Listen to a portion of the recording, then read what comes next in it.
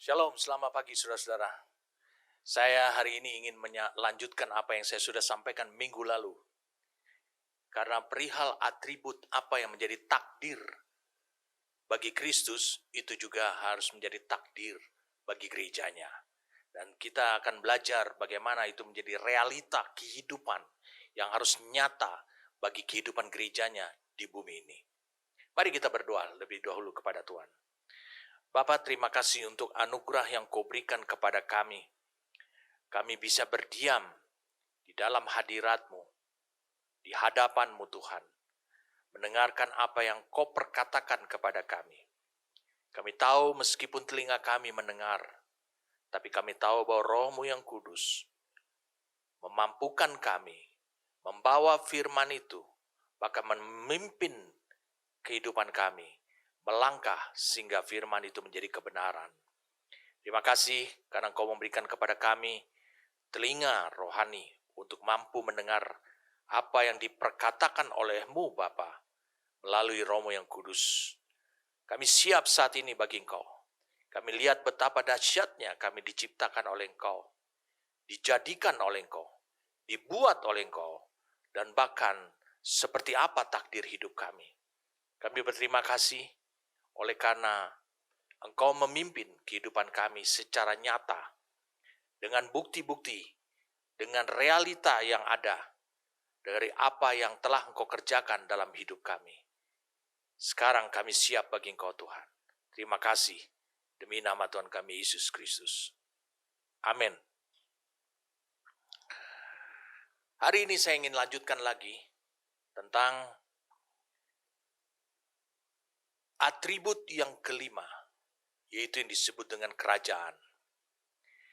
Minggu lalu saya sampaikan kepada saudara tentang atribut yang keempat, yaitu bahwa Yesus akan disebut Raja. Ketika Yesus terlahir Raja sebagai Raja, maka apapun yang ada di dalam kehidupannya Kristus, itu pun juga harus membawa atribut ataupun pengenalan, kartu seperti kartu pengenal, sebagai identitasnya dirinya adalah sebagai Raja. Hari ini kita akan lanjutkan lagi tentang kerajaannya. Adalah lebih baik kalau kita membaca lebih dahulu dari Lukas pasal 1, karena ini adalah bagian yang terakhir daripada apa yang ditugaskan oleh Allah, supaya sebagaimana Maria dan Yusuf harus membawa dan harus bisa menjadikan Kristus itu seperti apa yang Tuhan inginkan. Lukas pasal 1 ayat 32, ia akan menjadi besar, agung. Ia akan disebut anak Allah yang maha tinggi. Dan Tuhan Allah akan mengaruniakan kepadanya tahta Daud. Ini yang ketiga.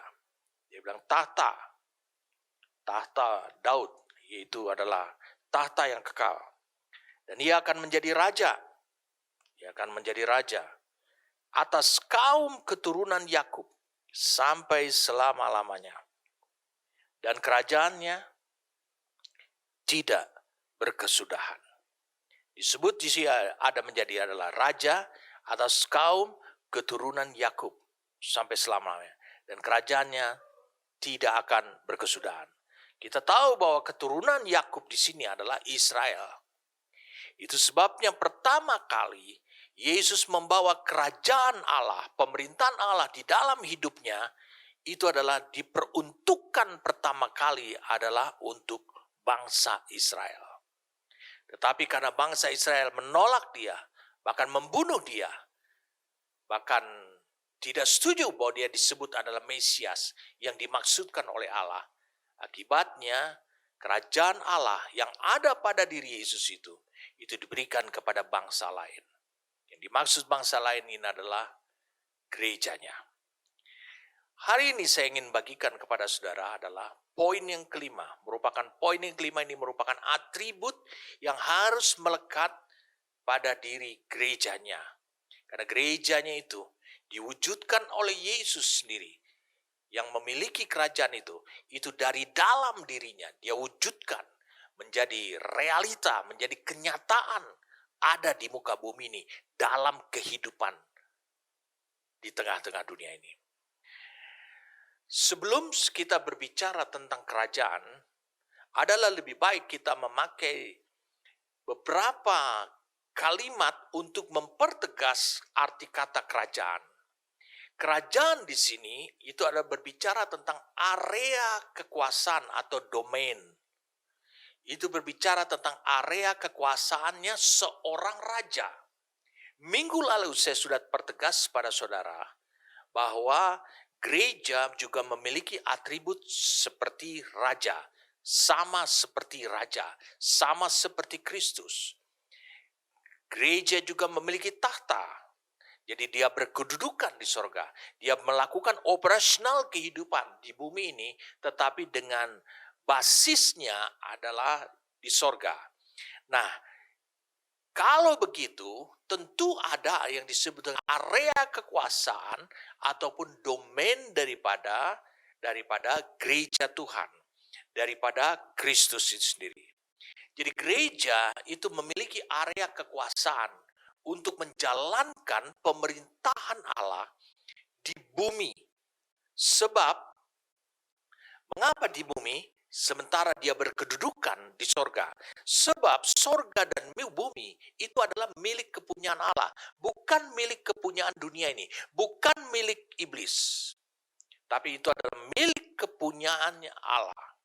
Jadi saya ingin mempertegas kepada saudara, sudah jelas buat kita bahwa semua makhluk yang hidup di muka bumi itu merupakan area kekuasaan ataupun domain ataupun adalah area kerajaan daripada kehidupan Kristus dan gerejanya. Saudara tidak perlu bertanya hal-hal yang itu. Kenapa? Hari-hari belakangan ini kita melihat bagaimana pekerjaan iblis itu makin terlihat, makin meningkat, makin intensitas. Saudara tidak perlu harus konsentrasi terhadap hal seperti itu. Kenapa? Karena Allah mempertegas bahwa area kekuasaan ataupun domain daripada apa yang harus diwujudkan oleh gerejanya adalah di bumi ini.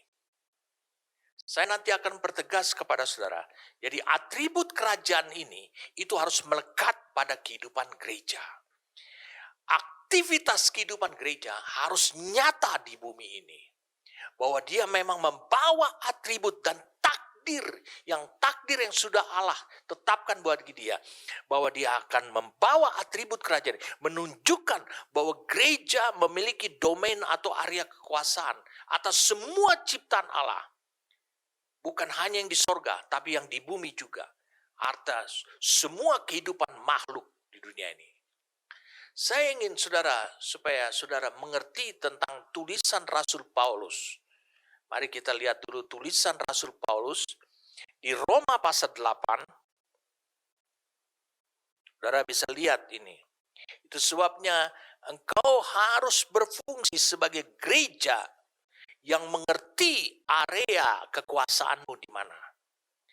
Sebab aku yakin, ayat 18, bahwa penderitaan zaman sekarang ini tidak dapat dibandingkan dengan kemuliaan yang akan dinyatakan kepada kita. Sebab dengan sangat rindu, dikatakan adalah seluruh makhluk menantikan saat anak-anak Allah dinyatakan. Anak-anak Allah tampil. Seluruh makhluk yang dimaksud muka bumi ini, mau dia binatang, mau dia makhluk serangga, mau dia manusia, seluruh makhluk, mau dia yang berkeriapan di dalam air, di dalam laut, ikan-ikan, semuanya menantikan. Kata menantikan ini berarti saudara jangan menunda lagi. Karena mereka menunggu saatnya. Dengan sangat rindu. Dengan penuh pengharapan. Kalau dalam bahasa New King James Version-nya. Dikatakan earnest expectation. Dinyatakan. Karena seluruh makhluk telah ditaklukkan. kepada kesia-siaan bukan oleh kehendaknya sendiri, tapi oleh kehendak Dia yang telah menaklukkannya. Kenapa seluruh makhluk itu ditaklukkan? Saya ulangi, ditaklukkan. Itu di bawah daripada penundukan daripada keinginan daripada Allah. Oleh karena apa? Oleh karena standar kehidupan yang mereka jalani itu tidak seperti standar kehidupannya Allah. Itu sebabnya Allah menantikan juga saatnya kapan anak-anak Allah ini ditampilkan. Yang dimaksudkan oleh Dia adalah gerejanya. Ayat 21. Tetapi dalam pengharapan. Lihat betapa hebatnya. Saudara bisa lihat, ini menunjukkan pada kita bahwa mereka memiliki pengharapan. Mereka yang memiliki pengharapan itu menunjukkan kepada saudara sebagai gerejanya. Itulah domainmu, itulah area kekuasaanmu. Kesitulah engkau harus membawa pemerintahan Allah, yaitu kerajaan itu yang ada dalam hidupmu. Tapi dalam pengharapan, karena makhluk itu sendiri juga akan dimerdekakan dari perbudakan kebinasaan dan masuk ke dalam kemerdekaan kemuliaan anak-anak Allah. Sebab kita tahu bahwa sampai sekarang segala makhluk sama-sama mengeluh dan sama-sama merasa sakit bersalin. Saudara mengerti toh apa yang disebut dengan sakit bersalin? Sakit bersalin itu segera lenyap apabila anaknya lahir. Kalau gereja muncul, perwujudannya muncul, maka itu menjadi solusi. Pertama adalah solusi rohani, solusi spiritual seluruh makhluk di muka bumi, tidak terkecuali. Dan bukan hanya mereka saja, tetapi kita yang telah menerima karunia roh, karunia sulung roh, kita juga mengeluh dalam hati kita sambil menantikan pengangkatan sebagai anak, yaitu pembebasan tubuh kita. Saudara bisa lihat, mereka yang disebut adalah yang memiliki dikatakan karunia sulung roh. Ini berbicara tentang karunia sulung roh, ini berbicara tentang Kristus. Ini berbicara tentang mereka-mereka yang ada di dalam Kristus, yaitu disebut dengan gereja, karena mereka hidup di muka bumi ini. Saya ulangi, mereka hidup di muka bumi dengan tubuh. Maka mereka menantikan juga. Mereka juga turut menderita, tetapi ingat, kita ada, gereja ada, meskipun engkau menderita, karena engkau masih memiliki tubuh yang terbatas ini. Tapi kita ada, itu solusi kemerdekaan buat semua makhluk. Itulah yang disebut dengan area kekuasaannya, yang disebut dengan atribut kerajaan, melekat pada kehidupan gerejanya. Gereja harus dengan gereja bukan harus bertanya lagi, di kemana aku harus pergi, kemana aku harus melakukan pelayanan. Gereja bukan bertanya, engkau harus ditunjukkan bahwa mereka memiliki harapan untuk engkau tampil, untuk gereja tampil. Jadi Allah, saya ingin supaya saudara clear dengan Roma 8 ayat 18 sampai 23. Saya ingin saudara clear dalam hal ini. Nanti saya akan ceritakan kepada saudara mulai dari Yesus yang disebut dengan Raja dan seterusnya. Bagaimana supaya saudara bisa klop mengetahui bahwa sebenarnya engkau telah siap untuk mengambil kembali lagi area-area kehidupan. Area-area yang disebut adalah kerajaannya Allah. Domain kerajaan Allah. Kembali kepada Allah. Baik, mari saya tunjukkan beberapa ayat sambung menyambung. Supaya saudara bisa mengerti tentang apa yang saya mau sampaikan. Saya sedang berbicara tentang atribut kerajaan itu. Itu harus melekat pada hidup saudara. Allah menciptakan manusia lalu menempatkannya di bumi. Setuju? Mari kita lihat sekarang di Kejadian pasal 1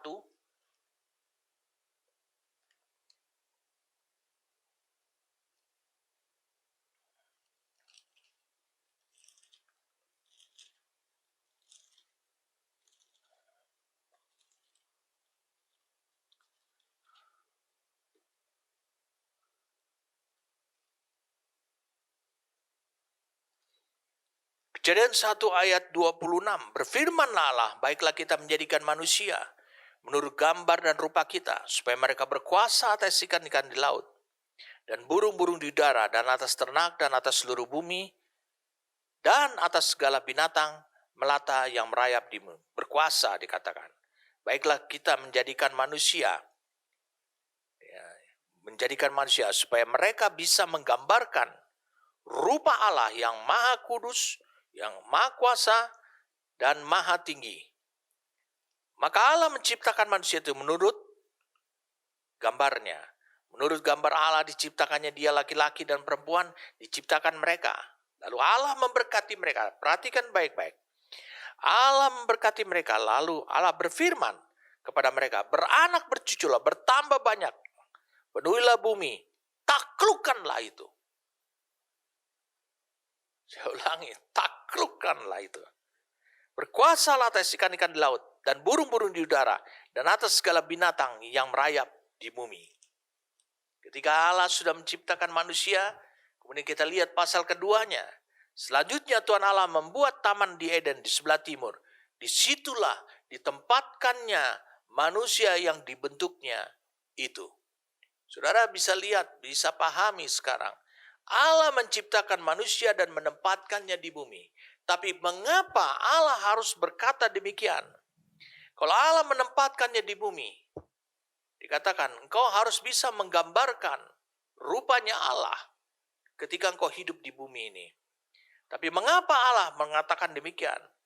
Aku menciptakan engkau supaya engkau bisa memiliki kemampuan, bisa menggambarkan rupa kami yang adalah roh, rupa kami yang maha kuasa, maha tinggi, maha suci. Mengapa dia harus mengatakan begini lagi? Berkuasalah supaya mereka berkuasa. Mengapa dikatakan engkau beranak bercucu, taklukkanlah itu bumi? Mengapa? Tentu ada sesuatu. Tentu ada sesuatu yang disebut dengan ada pertentangan terhadap Allah sendiri. Pertentangan itu terjadi di bumi ini pada waktu itu ketika manusia diciptakan pertama kali. Saya ajak kita untuk bisa melihat Yeskiel pasal 28. Yeskiel pasal 28. Mari kita lihat Yeskiel pasal 28.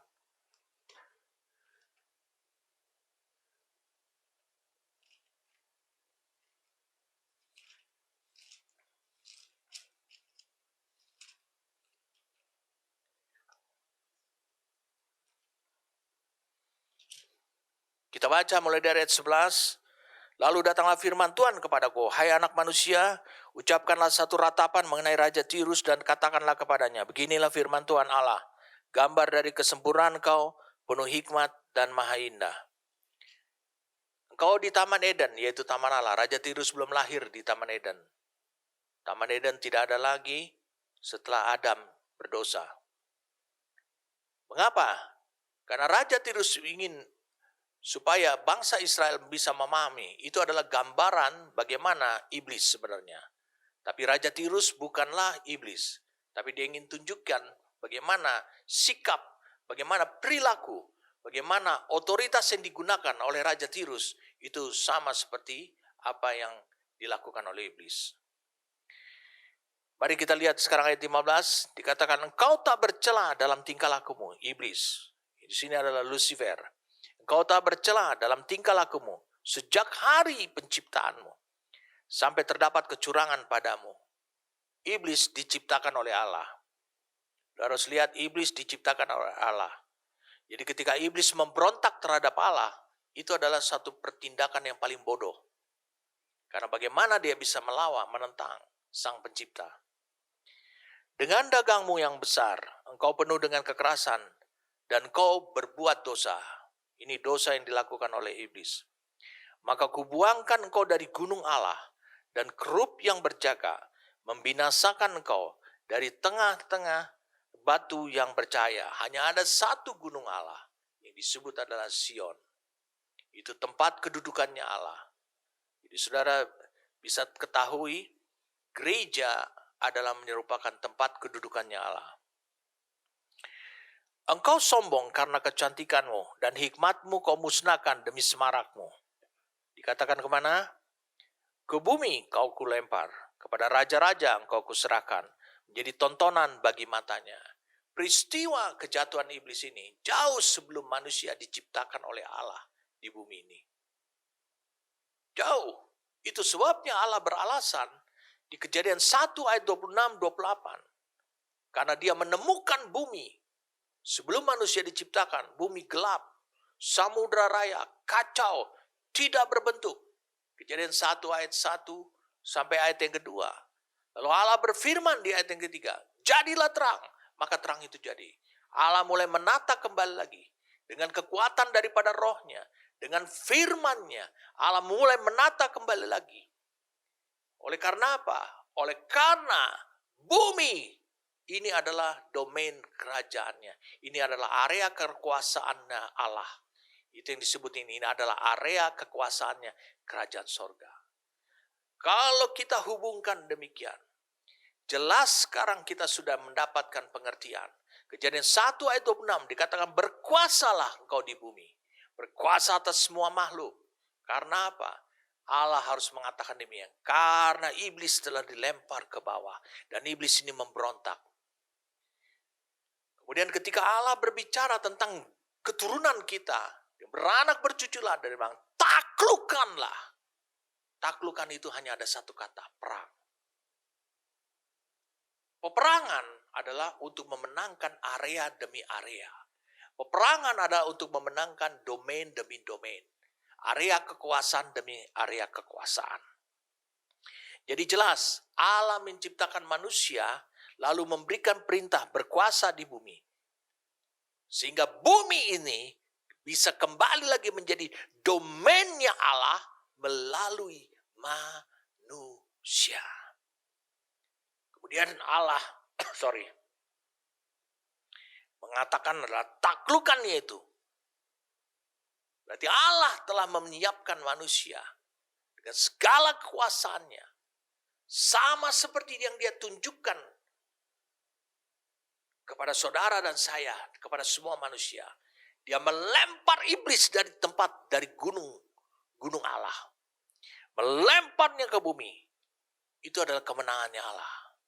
Maka sama seperti itu juga, kita juga harus melakukannya. Melempar iblis ke Abusos, alam neraka, untuk dia tidak lagi beroperasi di bumi ini. Jadi jelas pengertian yang saya berikan kepada saudara ini cukup untuk membuka bahwa atribut kerajaan itu berbicara bukan hanya pemerintahan Allah yang ada dalam diri saudara, tapi berbicara tentang domain yang harus saudara miliki, menjadi milik kepunyaannya Allah kembali lagi. Mengapa manusia diminta oleh Allah supaya berkuasa lagi di bumi? Karena bumi ini milik Allah. Kalau kau hubungkan dengan Matius pasal yang ke-6, Yesus berkata, kalau kau berdoa, katakanlah demikian.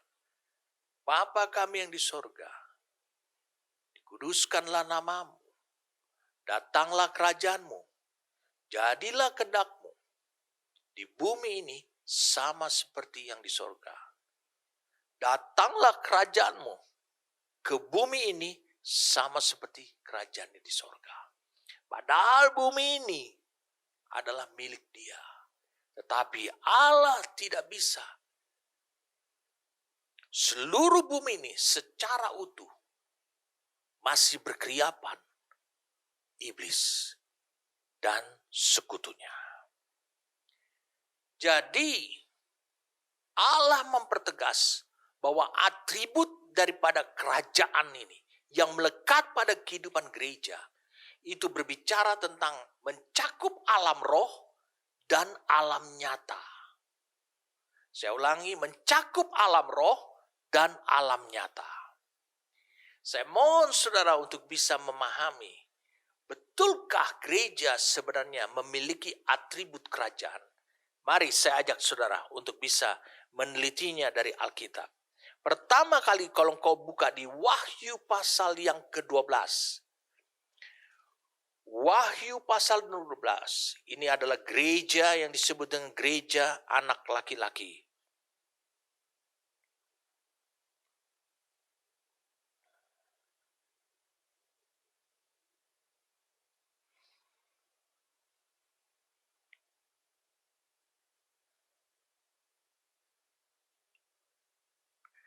Ayat 5. Maka ia melahirkan seorang anak laki-laki yang akan mengembalakan semua bangsa dengan gada besi.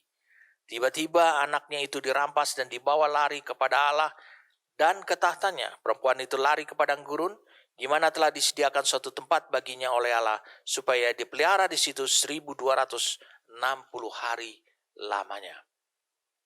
Dikatakan maka timbullah peperangan di sorga.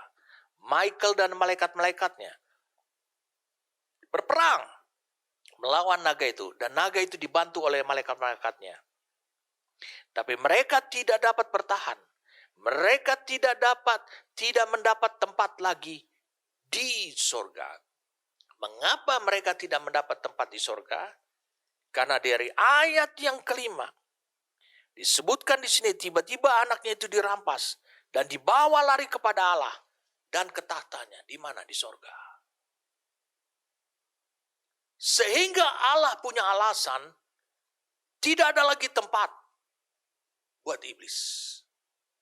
Iblis tidak lagi bisa beroperasi sama seperti ketika peristiwa di Ayub. Iblis bisa datang ke pertemuannya Allah di sorga, menginjakkan kakinya, menyentuh sorga. Iblis bisa lakukan seperti itu. Tetapi sekarang dia sudah dibuang, dilempar jauh-jauh. Dilemparkannya ia ke bumi. Berarti ayat 9, dan naga besar itu seluruh itu yang disebut iblis atau setan yang menyesatkan seluruh dunia, dilemparkan ke bawah. Ia dilemparkan ke bumi bersama-sama dengan malaikat-malaikatnya. Mereka tidak punya akses apapun juga untuk ke sorga lagi. Berarti mereka sekarang ada di bumi. Kalau peristiwa seperti ini terjadi, saudara bisa bayangkan. Ayat 10. Dan aku mendengar suara nyaring di sorga berkata, sekarang telah tiba keselamatan dan kuasa dan pemerintahan Allah kita dan kekuasaan Dia yang diurapinya, karena telah dilemparkan ke bawah pendakwa saudara-saudara kita yang mendakwa mereka siang dan malam di hadapan Allah. Pendakwa saudara-saudara kita ini tidak hidup di sorga. Dia masih hidup di bumi ini. Tapi sekarang iblis tidak lagi bisa berkutik terhadap mereka. Makanya Allah menyebutkan bahwa keselamatan itu telah tiba. Satu pertanyaan, kalau kau baca di Yudas 1 ayat ke-9 tentang Michael. Yudas 1 ayat yang ke-9 tentang Michael. Di situ dikatakan Yudas 1 ayat yang ke-9. Tetapi penghulu malaikat, Michael, ketika dalam suatu perselisihan bertengkar dengan iblis mengenai mayat Musa, tidak berani menghakimi iblis itu dengan kata-kata hujatan, tetapi berkata, kiranya Tuhan menghardik engkau. Iblis, sebelum peristiwa Wahyu 12, iblis masih berimbang kekuatannya dengan Michael dan para malaikatnya. Tetapi ketika gereja Tuhan duduk di tahta, memiliki atribut tahta, memiliki atribut sebagai raja, memiliki juga atribut kerajaan, maka iblis menjadi makin lemah. Michael makin lebih kuat lagi. Sehingga dikatakan keselamatan dan pemerintahan kuasa Allah telah tiba saatnya di bumi ini. Itu sangat penting sekali sekarang. Harapan dunia ini adalah gerejanya. Saya tunjukkan satu ayat lagi. Masih di kitab Wahyu. Mari kita lihat sekarang di kitab Wahyu 20. Saya suka sekali dengan ayat ini. Waktu saya mendalami ayat ini, saya terheran-heran. Lalu aku melihat seorang malaikat turun dari sorga. Dikatakan turun. Berarti dia berasal dari sorga. Memegang anak kunci jurang maut. Dan suatu rantai besar di tangannya. Ia menangkap naga. Tidak kerja keras lagi seperti Michael. Kenapa? Karena ini Wahyu 20. Di Wahyu 12, iblis sudah tidak berkutik lagi. Sudah makin tidak berdaya. Ia menangkap naga, si ular tua itu, yaitu iblis dan setan. Dan mengikatnya 1000 tahun lamanya. Memberikan periode waktu untuk tidak bisa beroperasi dalam kurun waktu 1000 tahun. Mengapa? Karena engkau lihat di judulnya, itu berbicara tentang kerajaan 1000 tahun.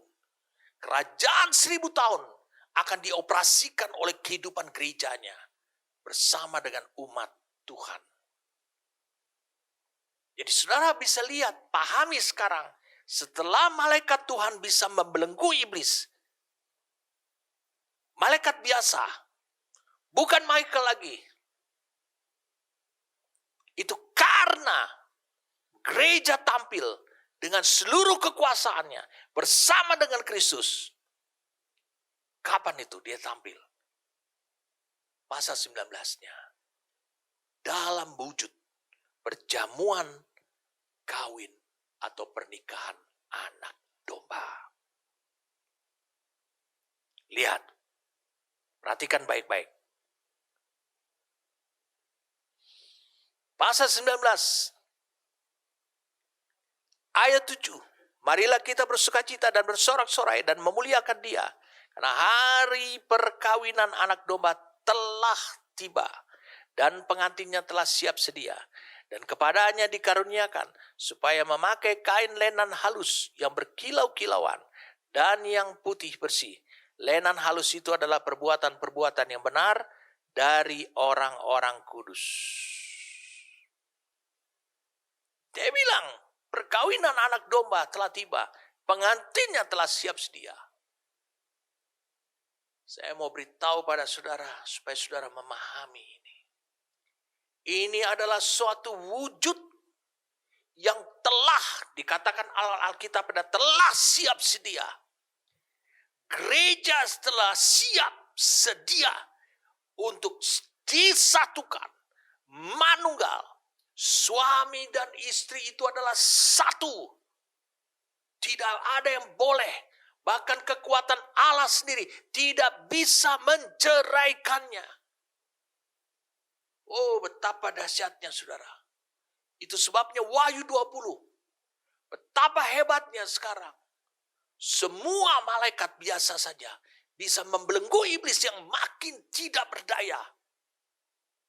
Menghentikan aktivitasnya, memberikan batasan waktu kepada dia untuk tidak beroperasi apapun juga. Karena apa? Gereja tampil dengan satu atribut yang disebut dengan atribut kerajaannya, area kekuasaannya. Oh, luar biasa sekali. Saya mau beritahu pada saudara supaya saudara jangan keliru. Teritori domain daripada kekuasaan gereja bukan juga termasuk pada domain kekuasaannya iblis. Bukan juga di situ. Apa itu? Apa yang saya maksudkan itu? Sesuatu yang bukan berasal daripada Bapa. Apa itu? Itulah yang disebut dengan area darah dan daging.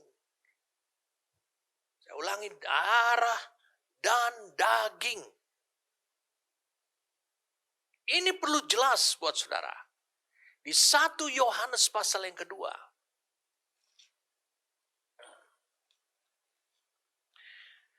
ayat yang ke-16 atau ayat 15. Janganlah kamu mengasihi dunia dan apa yang di dalamnya. Jikalau orang mengasihi dunia, maka kasih akan Bapa tidak ada di dalam orang itu. Sebab semua yang ada di dalam dunia, yaitu keinginan daging, keinginan mata, serta keangkuhan hidup, bukanlah berasal dari Bapa. Ini yang disebut dengan area darah dan daging. Dikatakan lagi, dan dunia ini sedang lenyap dengan keinginannya. Tapi orang yang melakukan kehendak Allah tetap hidup selama-lamanya. Efesus 6. Efesus 6.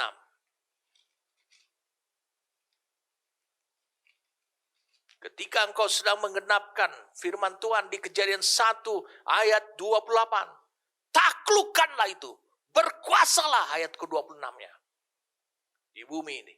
Itu ditujukan adalah iblis dilempar ke bumi.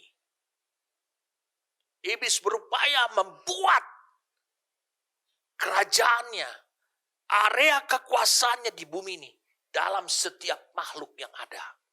Iblis berupaya untuk hal itu. Itu sebabnya kau harus perlu menaklukkannya. Mari kita lihat Efesus 6 ayat 10. Akhirnya hendaklah kamu kuat di dalam Tuhan. Ini spiritual. Di dalam kekuatan kuasanya. Ini juga spiritual, rohani. Kenakanlah seluruh perlengkapan senjata Allah supaya kamu dapat bertahan melawan tipu muslihat iblis. Karena itu perjuangan kita, peperangan kita, upaya kita menaklukkan iblis bukanlah melawan darah dan daging, tetapi melawan pemerintah-pemerintah, melawan penguasa-penguasa, melawan penghulu-hulu dunia yang gelap ini, melawan roh-roh jahat di udara. Semuanya adalah spiritual. Itu sebabnya ada disebutkan di sini adalah area tempat kemenangannya iblis. Itu merupakan bentengnya iblis. Itu merupakan kekuatannya iblis, senjatanya iblis, yaitu darah dan daging. Apa darah dan daging? Selama engkau terus beroperasi terhadap hal-hal yang bukan berasal daripada Allah di area kehidupan ini, yaitu keinginan daging, keinginan mata, dan keangkuhan hidup, maka, saya ulangi lagi, engkau melakukan gerakan bunuh diri. Engkau masuk kepada teritorial yang bukan disuruh oleh Allah. Saya ingin supaya engkau clear untuk bisa memahami 1 Yohanes pasal yang ketiga. Mari kita lihat 1 Yohanes pasal yang ketiga. Saya ingin bawa engkau berputar-putar dulu, supaya engkau bisa mengerti tentang apa yang saya maksudkan tentang atribut kerajaan ini. Itu harus kau bawa di dalam dirimu, dalam kehidupan dirimu. 1 Yohanes 3 ayat yang ke-8.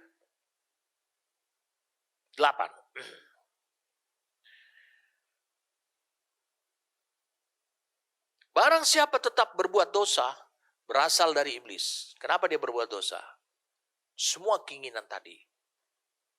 Sebab iblis berbuat dosa dari mulanya. Untuk inilah anak Allah menyatakan dirinya, yaitu supaya ia membinasakan perbuatan-perbuatan iblis. Dalam New King James Version dikatakan, di ayat 8 ini, saudara bisa lihat pada tayangan 8b. For this purpose, untuk tujuan ini, the Son of God, anak Allah, was manifested, dimanifestasikan sebagai manusia, that he might destroy the works of the devil, sehingga ia bisa meluluhlantakkan, membinasakan, menghancurkan, mengalahkan semua pekerjaan iblis. Apa yang terjadi di sini dalam setiap makhluk yang ada di muka bumi ini?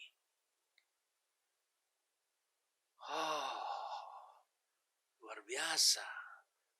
Saudara, setelah mendengarkan firman Tuhan hari ini, barulah saudara mengerti bahwa saudara harus mengupgrade dirimu sebagai gereja. Dan barulah engkau mengerti bahwa engkau punya pekerjaan. Selama ini tidak engkau kerjakan sama sekali. Jadi dengan demikian, maka gereja memiliki kuasa atau kemampuan untuk bisa memanifestasikan kekuasaan Allah yang kekal itu di bumi ini. Tetapi itu harus mulai dulu dari kehidupanmu. Saya ulangi, itu harus dimulai dari kehidupanmu. Kau harus bersih lebih dahulu dari semua barang-barang, dari semua racun yang masih tinggal di dalam hidupmu, yang adalah berasal daripada iblis. Tidak mungkin kalau engkau masih memiliki racun itu, engkau bisa menggenapkan Kejadian 1 ayat 28. Taklukkanlah itu. Ayat 26. Berkuasalah, tidak mungkin. Karena engkau sudah dalam kondisi sekarat.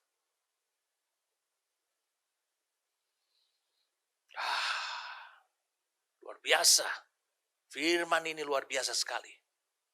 Ketika saya merenungkan di hadapan Tuhan, betapa hebatnya gereja yang kau wujudkan di muka bumi ini, Tuhan.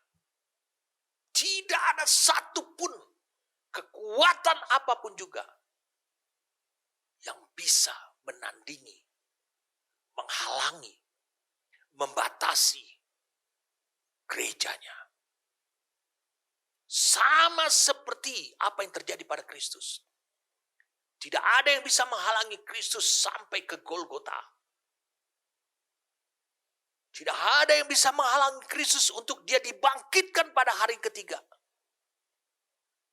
Karena Allah sendiri yang mengatakan, tidak ada alasan buat Allah untuk membiarkan Kristus, Yesus itu, ada di alam maut terus menerus. Wow, ini luar biasa sekali. Atribut ini harus nyata pada setiap kehidupan saudara. Di mana-mana kehidupanmu harus memberikan perubahan.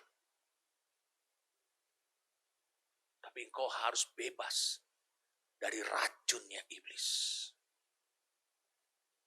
Oke. Saya mau bagikan kepada saudara, supaya saudara lebih jelas lagi. Yang disebut kerajaan sorga, itu memiliki 2 area kekuasaan. Yang disebut dengan kerajaan sorga atau pemerintahan yang Allah, itu memiliki 2 area kekuasaannya. Yakni yang pertama adalah internal, itu dalam hidupmu. Yang kedua adalah eksternal. Apa yang saya sudah sampaikan di Roma pasal 8. Apa pengharapan orang terhadap kerajaan sorga yang kau bawa dalam hidupmu? Apa dampaknya buat mereka? Jadi internal, eksternal. Katakan pada orang sebelahmu, internal, eksternal. Dan jangan dibalik. Kau terlalu cepat melompat kepada eksternal, baru kau benahi internal. Kau tidak punya kuasa apa-apa kepada eksternal sebelum yang internal. Alkitab mengatakan, ketika Yesus berusia 30 tahun, dia pergi ke Sungai Yordan. Dia belum memulai pelayanannya. Dia belum menyembuhkan orang. Dia belum memberitakan firman kepada orang lain. Tapi ketika dia dibaptis, Bapa mengatakan, inilah anakku yang kukasihi, kepadanya lah aku berkenan, aku suka. Mengapa Yesus disukai oleh Bapa di sorga? Mengapa Yesus disukai oleh Bapa di sorga? Padahal dia belum melayani. Ada banyak para gembala. Dia suka melihat jemaatnya yang memiliki hati melayani. Tapi dia nggak pernah perhatikan dengan seksama dan teliti kepribadian orang itu menurut ukurannya Allah. Sebab banyak orang yang disebut adalah nggak bisa diam. Coba aja saudara disuruh berpuasa 40 hari 40 malam di kamar. Saudara betah atau tidak? Belum tentu. Pasti ada kesibukan saudara. Ya macul lah. Ya beresin rak buku lah. Ya inilah ngelap-ngelap. Yesus disuruh ke padang gurun 40 hari untuk dites. Siapa yang menguji dia? Bapa. Siapa yang mencobai dia? Iblis. Dua hal secara simultan bersamaan. Yesus menang. Yesus lulus. Terhadap pencobaan iblis, dia menang. Terhadap ujian daripada Bapa, dia lulus, terbukti.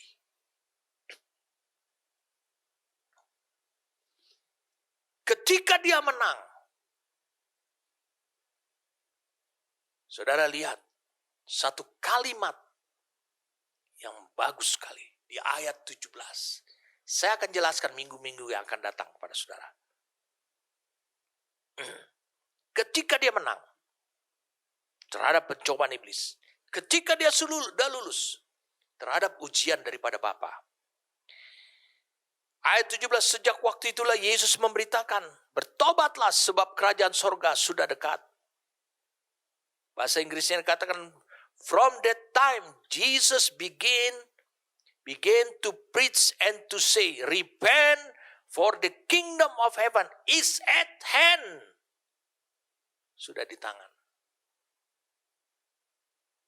Is at hand. Sudah di tangan. Di tangan siapa? Di tangan dia. Apa arti tangan secara rohani? Arti tangan adalah dia tinggal mewujudkan pemerintahan Allah yang ada di dalam dirinya. Yang telah hadir 30 tahun lamanya di dalam dirinya. Yang membentuk kepribadiannya dia. Mewujudkan kepribadiannya dia. Itu sebabnya kitab Lukas menulis. Yesus setelah dari sungai Yordan dikatakan Yesus baru memulai pelayanannya. Setelah dari sungai Yordan. Berarti Allah berkenan kepada Yesus. Bukan karena apa yang dia bisa perbuat. Yang eksternal. Tapi karena yang internal. Ini penting buat saudara. Oh, haleluya. Saya berharap saudara mengerti. Saya berikan dulu awalnya supaya untuk mengunci saudara pada pemahaman ini. Biarkan kerajaan sorga itu menguasai lebih dahulu area internal sebelum kau bisa go show, pergi berdampak keluar. Satu ayat di Matius 6 ayat 33.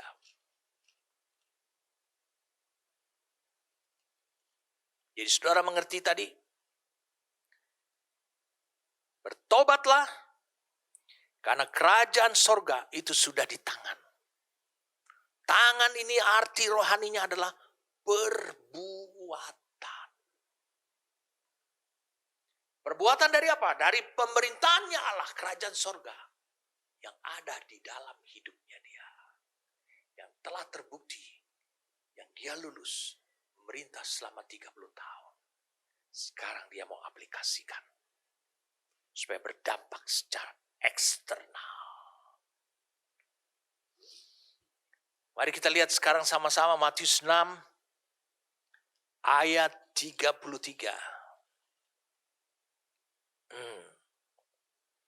Luar biasa saudara ini.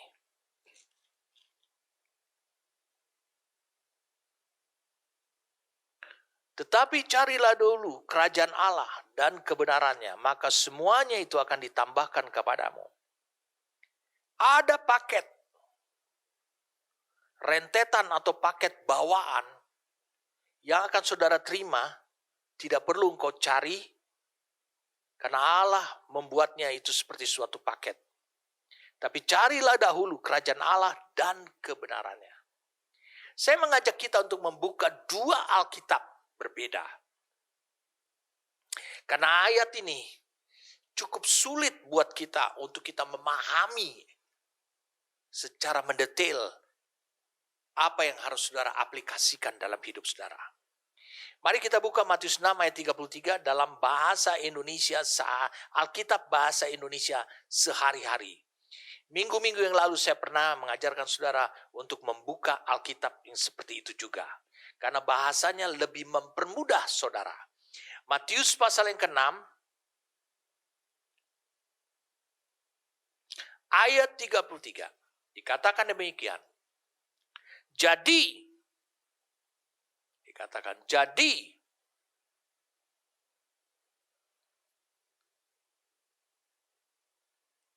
usahakanlah. Wah, bukan cari. Usahakanlah dahulu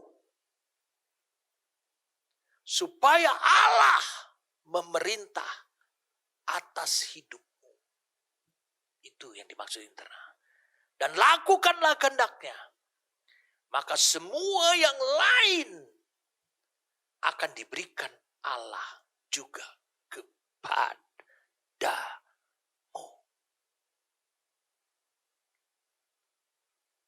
Saya mengajak kita untuk bisa melihat sekarang dari Amplified Bible. Bukan Amplified Classic, tapi Amplified Bible. Mari kita lihat. Saya ingin membuka roh saudara. Sehingga ini tertanam. Oh, pemerintahan Allah itu sangat penting. Ada. Kau memberikan area kekuasaan di dalam hidup saudara. Di dalam Amplified Bible, Matius pasal 6,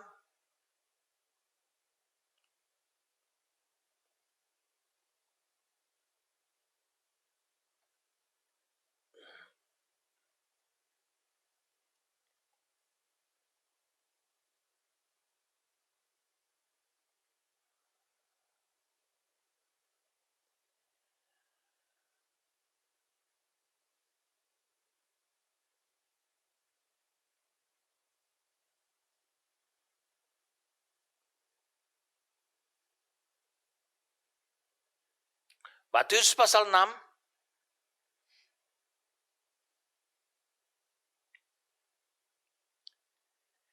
ayat 33. Hati saya menyala-nyala mau membacakan ayat ini. Ayat 33. Tertulis demikian. Sudah baca di tayangannya. Amplified Bible, bukan Amplified Classic Bible. But first, and most importantly, seek or aim at, strive after His kingdom and His righteousness. Dan kebenarannya itu harus teraplikasi menjadi kehidupan saudara. Or His way of doing and being right. The attitude and character of God. And all these things will be given to you also.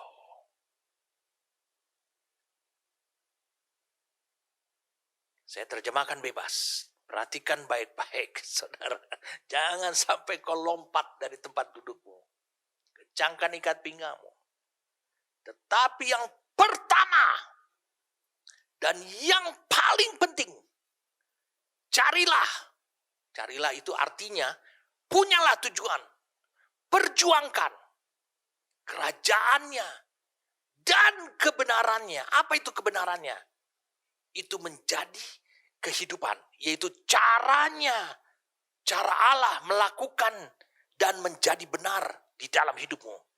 Miliki sikap, nah itu yang disebutnya kebenarannya.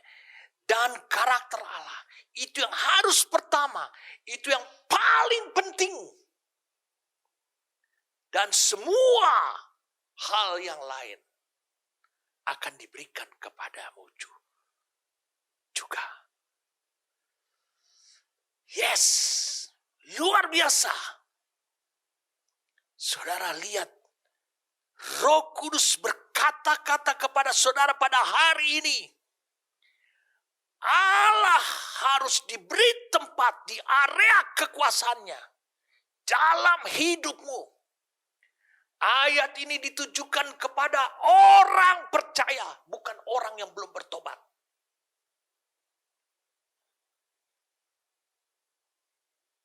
Wah, saya merasa saya melayang-layang bersama dengan Allah waktu saya mengetahui tentang kebenaran ini. Luar biasa sekali apa yang Allah nyatakan. Betapa mudahnya, betapa jelasnya. Allah tidak berbelat-belit. Dikatakan yang pertama, yang harus menjadi pencarianmu, bukanlah jawaban doamu. Yang menjadi pencarianmu, bukanlah apa yang kau inginkan, apa yang kau cita-citakan. Bukan itu. Dan dia katakan lagi, penuh penekan, yang paling penting. Bahkan itu harus menjadi punya tujuan seperti itu. Punya perjuangan untuk hal itu. Yaitu kerajaannya, pemerintahannya. Bagaimana pemerintahan itu menjadi kebenaran dalam hidup saudara. Yaitu menjadi cara hidup saudara. Melakukan apa saja menjadi benar. Itu menjadi sikap. Itu menjadi karakter. Itu bukti. Engkau lulus.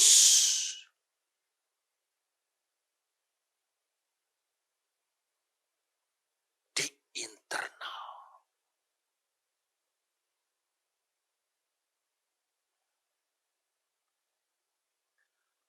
Hadir dan berkuasa pemerintahan Allah. Domain. Saudara, hidup saudara menjadi domain pemerintahan Allah.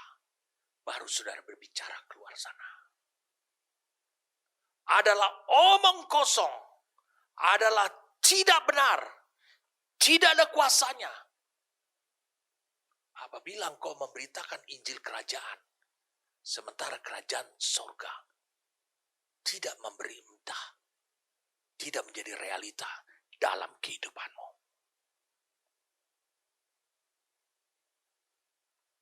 Dengarkan saya. Suatu hari Paulus pernah menulis hal seperti ini.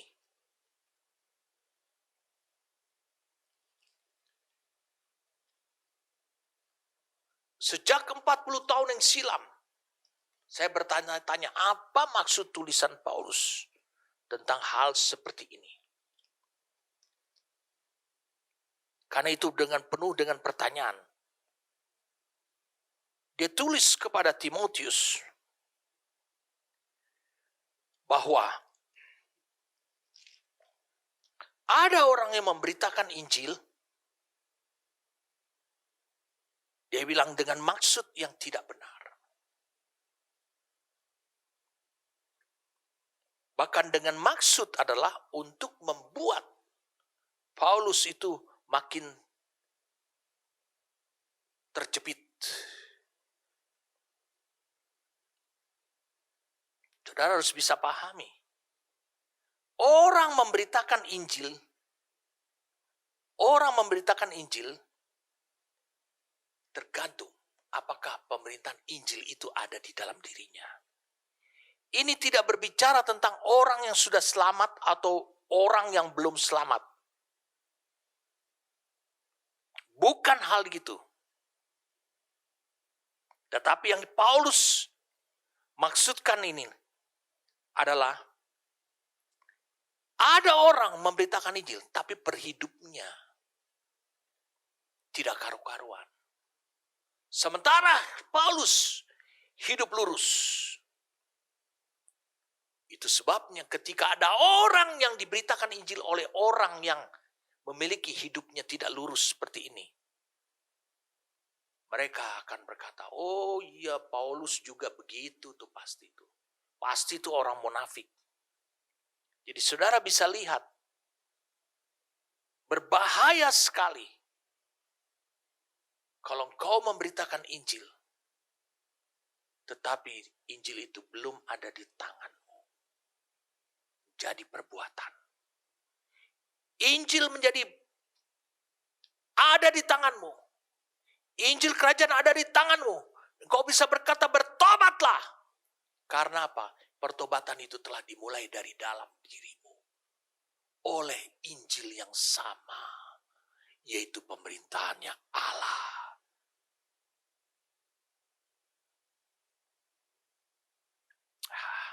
Luar biasa.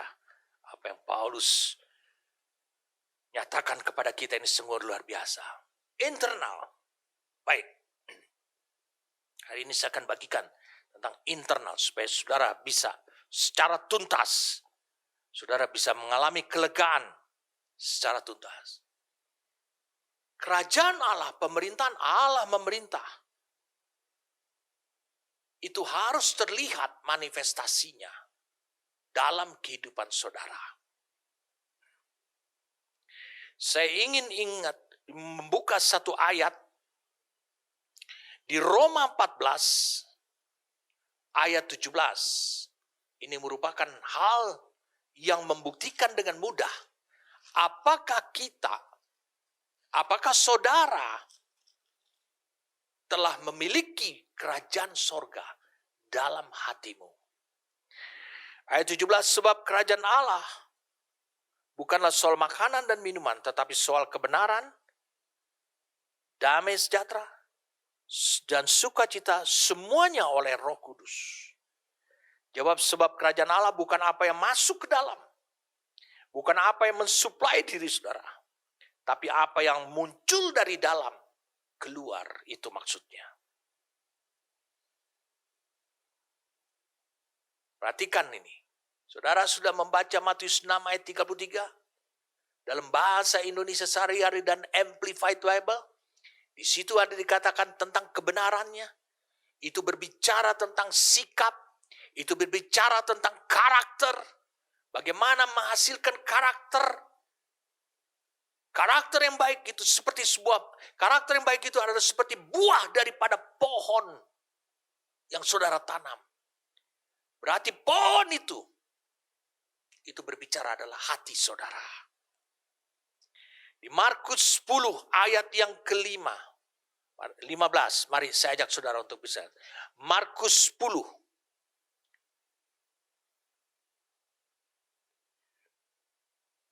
Kita baca banyak ayat saudara, kita masih punya banyak waktu. Markus 10 ayat 15. Aku berkata kepadamu, sesungguhnya barang siapa tidak menyambut kerajaan Allah seperti seorang anak kecil, ia tidak masuk ke dalamnya. Apa yang disebut dengan anak kecil? Dia berbicara tentang ketulusan, suatu sikap, kerelaan. Lukas 17. Mari kita lihat sekarang Lukas 17.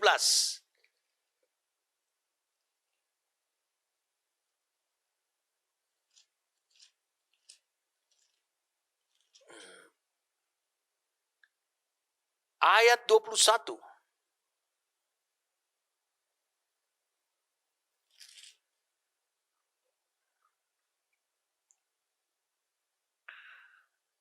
Ayat 20, atas pertanyaan orang-orang Farisi, apabila kerajaan Allah akan datang?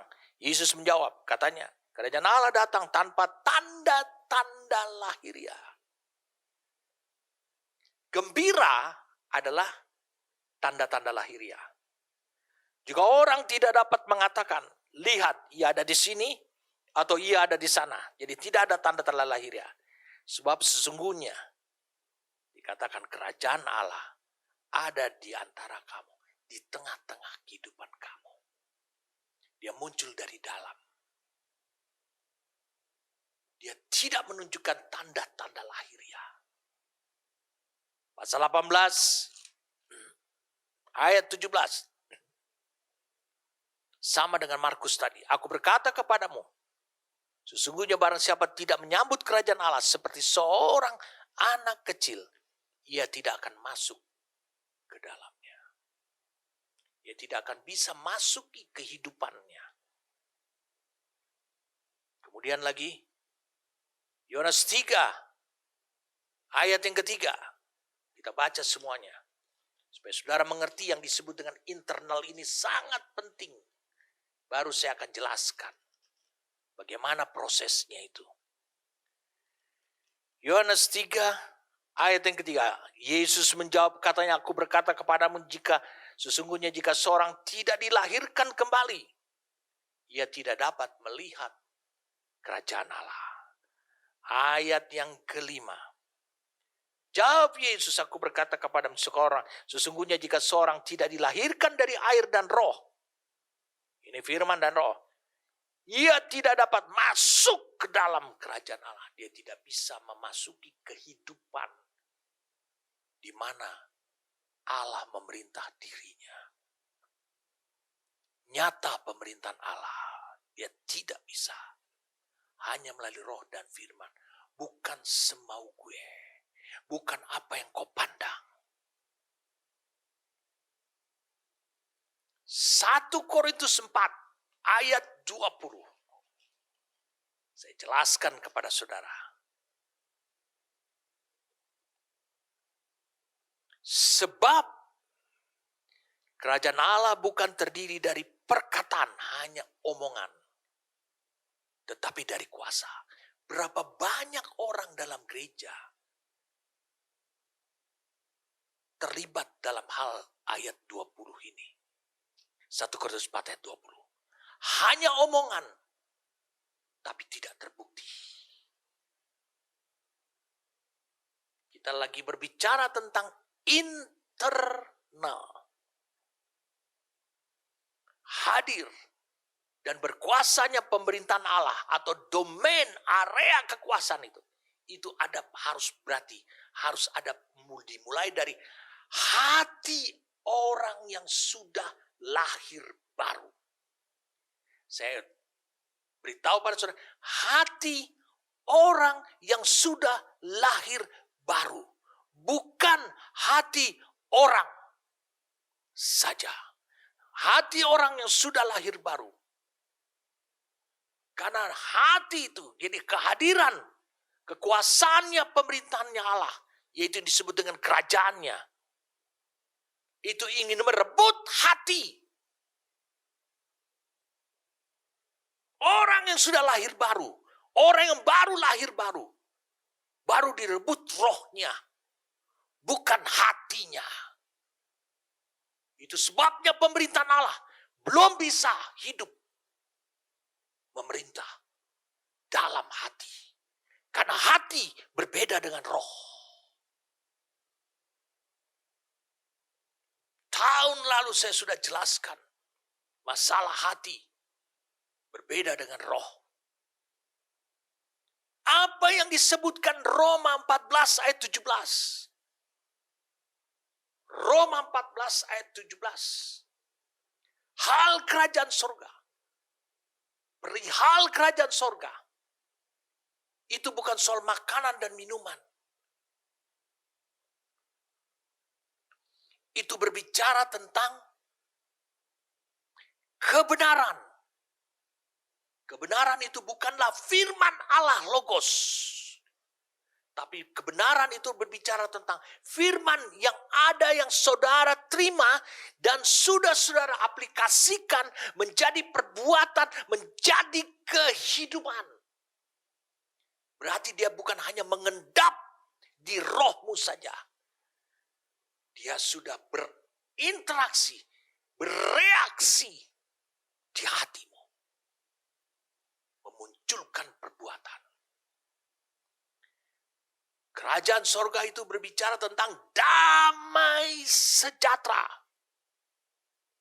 Damai dalam hati. Beda dengan damai dalam rohmu.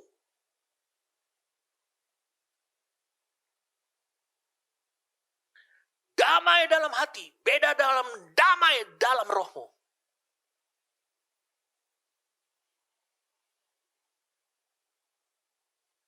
Saya mau beritahu pada saudara, hal kerajaan sorga itu terpancar oleh pekerjaan Roh Kudus. Itu dengan sukacita, bukan dikatakan dengan bahagia, bukan dikatakan dengan gembira, sukacita. Sukacita itu adalah salah satu buah roh. Dihasilkan karena pekerjaan dari roh. Pekerjaan dari roh tidak bisa menghasilkan buah kalau dia hanya memenangkan dan bekerja di dalam rohmu saja. Jadi roh berbeda dengan hati.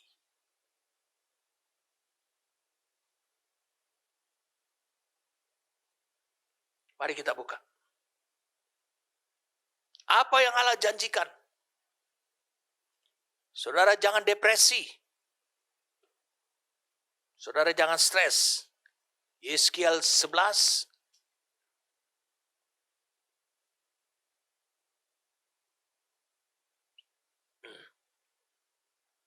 Ayat 19. Aku akan memberikan mereka hati yang lain dan roh yang baru di dalam batin mereka.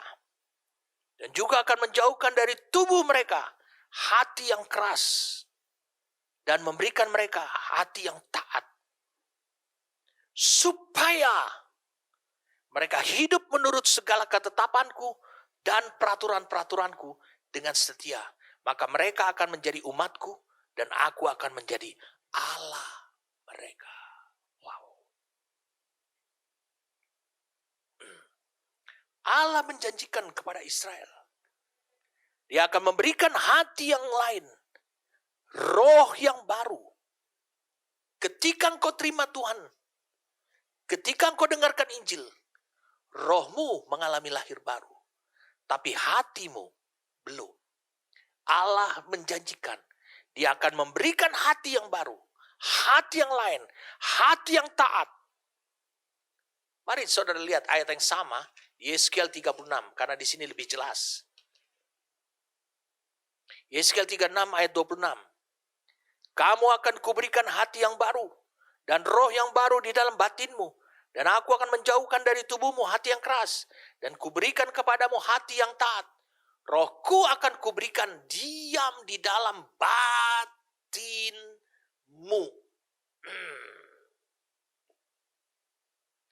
Dan aku akan membuat kamu hidup menurut segala ketetapanku.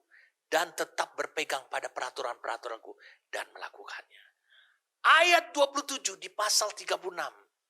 Dan ayat 20 di pasal 11 itu sama. Supaya engkau hidup menurut ketetapan. Berarti pemerintahan Allah yang berkuasa dalam hatimu. Lalu apa janji Tuhan? Di pasal 11 dan pasal 13. Janji Tuhan dia akan memberikan hati yang lain. Hati yang baru. Bukan hanya roh. Kalau kau dengarkan apa yang saya sampaikan tahun lalu. Tentang ini saudara akan makin lebih jelas. hati itu adalah perpaduan antara hati nurani, saya ulangi, hati nurani, yaitu salah satu fungsi daripada rohmu, yaitu kesadaran akan Tuhan, kesadaran akan alam roh. Itu adalah perpaduan, itu adalah gabungan. Hati itu merupakan gabungan antara hati nurani, yaitu fungsi daripada rohmu, dengan seluruh jiwamu, pikiran, perasaan, dan kehendak. Dan perbuatan yang kau lakukan melalui tubuhmu itu diputuskan bukan oleh rohmu, tetapi diputuskan oleh salah satu fungsi daripada jiwamu yang disebut adalah kehendak. Manusia sendiri memiliki kehendak bebas. Perhatikan baik-baik. Ketika Allah mulai mengajarkan dan memberitahukan tentang kerajaannya untuk tinggal dalam hidupmu. Karena tadi kita sudah membaca Matius 6 ayat 33. Dari Amplified Bible dan juga dari bahasa Indonesia sehari-hari. Dia bilang, pertama, yang paling penting, upayakan supaya pemerintahan Allah itu menjadi sikap, menjadi perbuatan. Bagaimana menjadi perbuatan? Kalau dia hanya bermodalkan rohnya saja. Tidak bisa. Sehingga Allah berjanji akan memproses itu dulu. Yang sering terjadi dalam kehidupan saudara adalah konflik batin. Itu pertentangan antara apa yang ada dalam roh dengan apa yang kau terima. Apa yang pikiranmu berkata ataupun perasaanmu berkata. Makanya Alkitab mengatakan demikian. Hal kerajaan surga, bukti bahwa kerajaan surga ada di dalam hidupmu, di internal kehidupanmu. Dia menampilkan damai. Arti kata antara jiwamu dengan rohmu ada damai. Tidak bertentangan lagi. Sehingga perbuatanmu itu akan memunculkan bukti-bukti bahwa pemerintahan Allah, kerajaan sorga ada dalam hatimu. Hati itu gabungan dari hati nurani, roh manusia dengan pikiran, perasaan, dan kehendak manusia. Saya ulangi sekali lagi. Allah berjanji Dia akan memberikan hati yang baru. Hati yang sudah miliki saat ini. Itu adalah hati yang belum berisi damai. Masih terjadi konflik antara pikiran dengan rohmu. Antara perasaan dengan rohmu. Belum seiring seirama. Belum selaras. Belum satu tujuan. Belum satu kesepakatan. Itu mengakibatkan konflik. Bagaimana mungkin pemerintahan Allah yang dibawa oleh Roh Kudus yang sekarang ada di dalam rohmu, engkau bisa lakukan itu melalui perbuatan, karena dia harus diputuskan oleh kehendak yang ada pada jiwamu. Kalau jiwamu masih konflik, bagaimana mungkin itu bisa menjadi realita? Yeskiel 36 ayat 27 mengatakan, dan aku akan membuat kamu hidup menurut segala ketetapan. Wow, bukan robot. Karena kehendakmu memutuskan setelah berdamai dengan apa yang disuplai dari rohmu. Sehingga kau memutuskan, aku akan hidup menurut ketetapanmu dan berpegang teguh pada peraturan-peraturan dan melakukannya. Ini perintah kepada tubuh. Aku akan menjauhkan daripadamu tubuh yang memberontak. Itu janji Allah. Sehingga dengan demikian, selamat datang dan berkuasalah terus pemerintahan Allah, kerajaan surga di dalam hatimu ataupun di dalam kehidupanmu. Engkau tinggal menikmati, orang lain tinggal melihat buah-buah daripada kerajaan surga ada dalam hidup saudara. Itulah yang internal. Saya berdoa kepada saudara, untuk saudara, supaya saudara masuk pada poin ini. Atribut kerajaan sorga itu harus dulu menjadi realita di domain, di area kekuasaannya dalam diri saudara. Amin. Terima kasih. Firman-Mu begitu jelas. Firman-Mu begitu tajam. Perkataanmu menusuk hati mereka yang mendengarkannya. Dan saat inilah Tuhan, inilah titik balik buat mereka. Biarkanlah Roh-Mu yang kudus saat ini menolong mereka melalui pemahaman mereka, agar mereka segera memberikan tempat, domain, area kekuasaan bagi kerajaan-Mu dalam hidup mereka. Terima kasih. Kami ingin menjawab doa nubuatan daripada Yesus. Kalau engkau berdoa, katakan demikian. Datanglah kerajaan-Mu yang di sorga ke bumi ini. Seperti yang di sorga ke bumi ini. Bagaimanakah Tuhan Dia bisa datang? Haruslah dimulai dari kehidupan kalian masing-masing. Beri hatimu. Jangan biarkan konflik berkelanjutan terus-menerus dalam kehidupan saudara. Hari ini adalah hari kemerdekaan. Hari ini adalah hari pertobatan. Saatnya engkau membuka hatimu dan kau mengizinkan. Biarkanlah ketetapan Tuhan, firman yang dibawa oleh Roh yang Kudus, itu membukakan, membuat perdamaian antara jiwamu dengan Roh-Mu. Kami siap saat ini bagi Engkau Tuhan. Terima kasih untuk kerajaan-Mu dimulai dari hidup kami. Kami bersyukur untuk apa yang Kau nyatakan kepada kami. Terima kasih Bapa. Demi nama Tuhan kami Yesus Kristus. Amin.